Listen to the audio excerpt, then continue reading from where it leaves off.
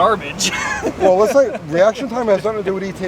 Okay. Well. And we're not talking about reaction times. That's not. We're not even going to get into reaction times right now. We're just worrying about incrementals. I know how glasses are. That was. What are the numbers here? So 60 foot. Well, you're in the light. Yeah, sorry. The 60 foot is the most important number. So it makes up the vast. You can pretty much predict to the 10th of a second what the car is going to run based off of the 60 foot. So 60 foot, I got 2.6469. He got 2.7253. And then in the 330, I got 7.5079. Okay. He got 7.6821. All right. Well, all we really need to know right now is those 60 foot numbers, which are, I mean, we got a long way to go with these cars. Yeah, that's. That was fun. That was fun. So what'd you think? I was just like, damn, I'm like doing this.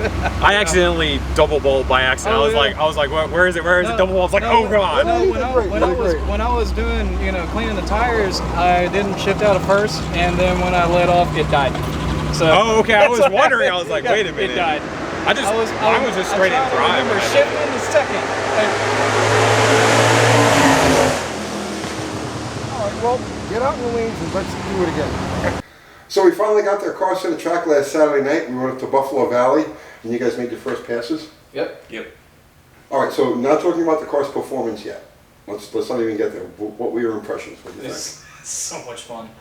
It was kind of nerve-wracking to be up there first time and a million things going on at one time, feeling like everybody's like looking at you. I told you, it's very disorienting. Yeah. The first time, actually, it never really becomes natural. It's always a little disorienting, But then, like, as the night went on, I was like more and more comfortable. I didn't worry about anybody. I was just like, okay, tree. Oh yeah.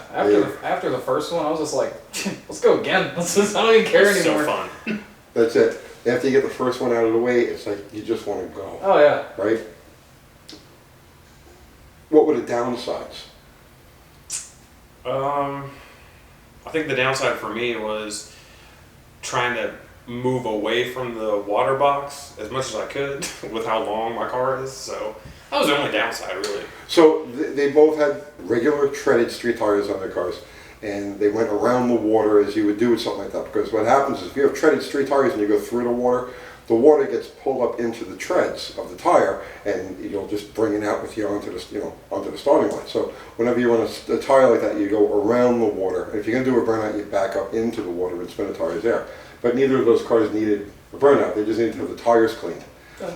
Cleaning the tires for you newcomers means that all you do is just spin the tires. Like you just power brake it and just get the tires to a couple of revolutions like that to clean them off, to get the dirt and whatever you picked up driving through the pits or on the road, just get that off the tires so that when you pull to the starting line, they're clean.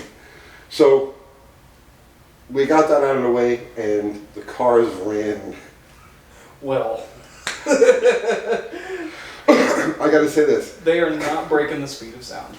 It was the most evenly matched set of cars I have ever seen in my life. There's no way anybody could have told me going into this that those two cars were going to run exactly the same mile an hour, exactly the same ETs. They did. But they did. It was crazy, right? And it was very, very slow. Very slow. Very slow. Okay. So here are the numbers, okay? They were averaging 2.5 seconds 60 foots. Your best ET for the night was? 1109. 1109. What was your average? Was it like 1150? Yeah, about, yeah. And yours? About the same. About Mine the was same. like 1156. It stayed around that area the entire night. We both passed at pretty much 60 miles an hour. Right. Yeah. You made 4 passes, and all 4 passes, each car ran 60 miles an hour. It was like the Twilight Zone. It was just like they just kept repeating the same thing over and over again. But slow. Groundhog Day.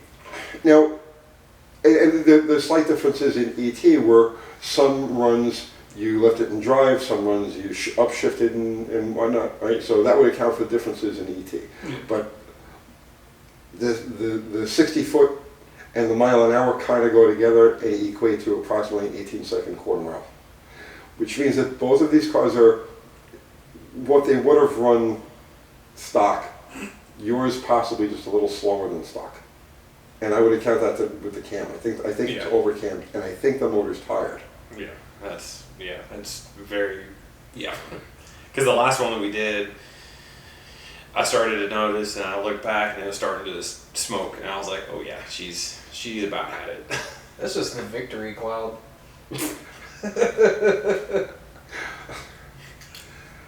So they need work, and you guys have different ideas of what you're expecting, what you want to get out of the cars, right? Yeah. With mine, I don't really want to change anything with the engine because of all that's already been done to it. So just keeping it consistent, like on a bracket racer kind of deal, and maybe change the rear gear. See, now you bring up bracket racing, and bracket racing is something that, I'm going to be honest with you, I have never been able to bracket race. I'm not wired for it. I don't have the consistency. I have the street racer gene, which means that the only thing I know how to do is cheat on the 3 count. That's it. I'm not wired for consistency. We tried it with Kathy for a while. We wanted to do, turn into a professional bracket racer. I liked it. You did good. I did do good. But I have never in my life been able to bracket race. It's something that's just beyond me.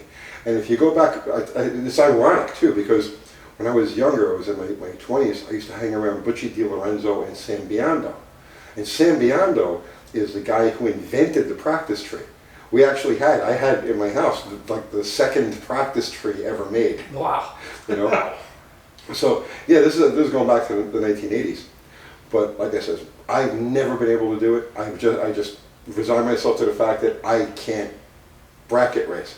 But I would love to see you take that car, get it consistent, right, and hone those skills. The neat thing about bracket racing, as opposed to like the kind of the street race type of thing, right, or grudge race type of thing, the neat thing about it is that it's all the driver, right. The car just has to be consistent. The car just has to do the same thing every time, and it's just honing those skills and the reflexes, and you know what I'm saying? It's neat, and you can make money. The difference between what I'm inclined to do, what you would be doing with the bracket racing, is it's always going to cost me money. You can actually make money bracket racing. There are people out there who make a living bracket racing. There's enough tracks in the area that have weekly bracket programs. You could run 4 or 5 nights a week, you know what I mean, and do pretty good for yourself. So you wouldn't have to do much to your car at all. Just go out and run it. Yeah.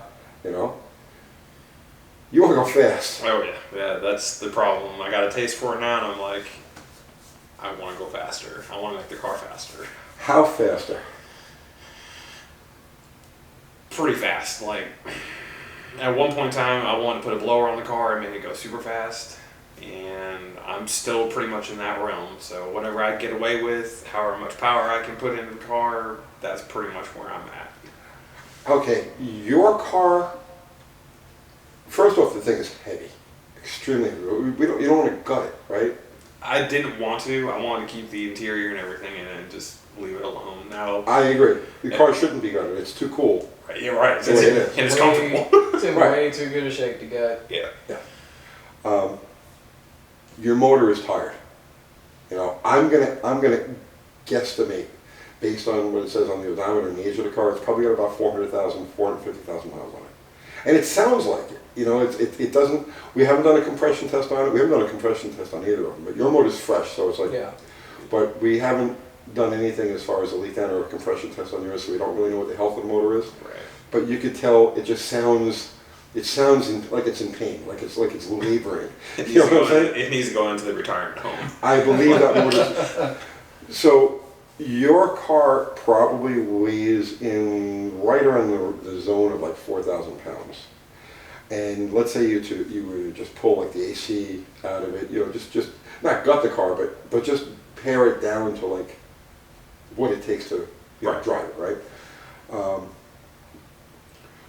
You're going to have to generate a solid 500 horsepower to get the kind of 500 horsepower in a 4,000 pound car will put you down into the 11s, the high 11s, which is respectable. Quarter milers, right? That's respectable. But to get there, you're going to have to freshen the motor, and you're going to need a power adder. Gotcha. If you try to do it on all motor, you're going to spend a lot of money. a lot of money, and the car won't be as drivable as it would be with a power radar. So your choices with that would be a nitrous, a supercharger, or a turbocharger. And for you in your application, I would lean towards a supercharger, a centrifugal supercharger. But I think you need to do your homework on that and see which one you want to do. Okay. But for sure, your motor's going to have to be redone. Gotcha. You know, one way or the other, it's going to have to come out. At the very least. At the very least. I got you. That's fine with me. Like, Why don't we let the viewers throw some suggestions? yeah, As by far all as- means. Yeah. You know, what power adder do you think we should? You're going to keep it at 360. You're going to keep it a small block. Yeah. Right? You could put a stroker kit in it. You could put a 4-inch arm in it. But myself, I would lean towards leaving it at the stock dimensions, building it specifically for boost. You know, so good pistons and rings gapped for boost. And I would lean towards a centrifugal supercharger. You know, but let's see what these guys have to say. Okay. Yeah. All right? Yeah, it sounds good with me. All right. So let's do this then. You want to try the whole bracket race thing? Because we can start working on. I think that'd be a neat series, to tell you the truth. You know, let's see if we can get you some sort of practice tree. You know, and start working on your reaction times, and let's work on getting that car consistent. Remember, and this is for both of you guys, right? The drag strip is a funny place, right? The further you go, the less things count. Okay? So in other words, like your 60-foot time accounts for the vast majority of your ET, right? So the further down the track you go, there's diminishing value to the times that you get. So your 60-foot time is the most important. Your 330-foot time is important. Your 8th mile time, well, 8th mile drag strip is, you know, that's your overall ET. But in a quarter mile, that's where, you know, and then your 1,000-foot and your quarter mile. But the further along you go, the less those numbers actually mean. Does that make any sense? Mm-hmm. Bracket racing, it's the 60-foot is everything. It's everything. The car has to be dead nuts consistent. It's got to hit it every time. You know what I mean? To get that reaction. And for you, we got a lot of work to do in that car. we got a lot of work to do in that car. Both of you guys game? Oh yeah. We're going to keep doing this? We're going to keep on this? Oh yeah. All right. So we'll powwow afterwards and figure out the schedule and how we're going to go. Okay. And that's it. Yeah? Yeah. Works for me. We're on it. See you tomorrow. It's addictive. Yeah, I'm already there now. I don't know what's more depressing. My built Holly being as fast as a worn out 360. Here we go, round 2, street Being legal. slower than this. These are the winners that won the first round. This trophy class is sponsored by Hey, this is Brookfield literally Honda. David versus Goliath right now. Like, that is what's going on. We'll get back on the wings. Hey, get next to me. All right? I don't want to race a truck. Okay. All right? You think I want to race a box body?